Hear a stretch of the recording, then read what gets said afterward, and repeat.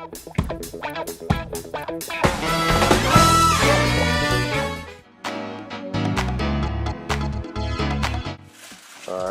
so today we do some chicken strips. So I have this very large chicken breast. I'm just going to cut a bit of the fat off.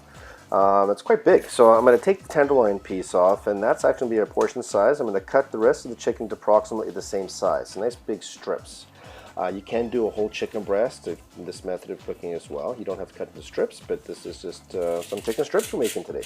So I'm going to season them with a bit of salt and pepper. I'm going to get the pan onto the stove on a medium-high heat. The water beads, and then I add the chicken. So we just put it right in. It's going to stick right away, which is quite normal. As it caramelizes and browns, it releases off the pan nice and easily. So I'm going to put all the meat in here. I'm going to leave the lid ajar. I'm going to cook it for probably about 4.5–5 minutes or so. Lid's on just in case there's any splattering.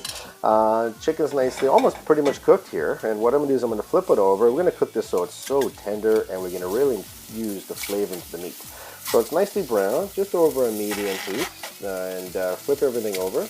And now I'm going to add some barbecue sauce. So I use a Diane's barbecue sauce. Any barbecue sauce is fine, whatever you prefer. A little bit of barbecue sauce on the chicken, put the lid on, and then I'm going to shut the vent and cook it on just under a medium heat. The chicken is cooked, but what we're going to do now is there's moisture is going to come out of the meats. The barbecue sauce is going to break down a little bit, and we're going to cook that sauce, cook the moisture out of the meat, and then actually cook it all the way back into the meat and really infuse the flavors right into this chicken.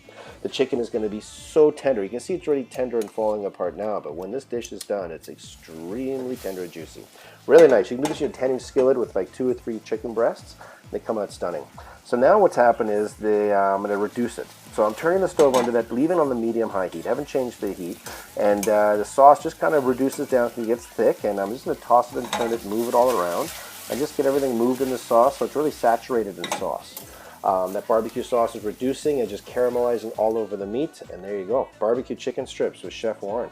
Happy cooking.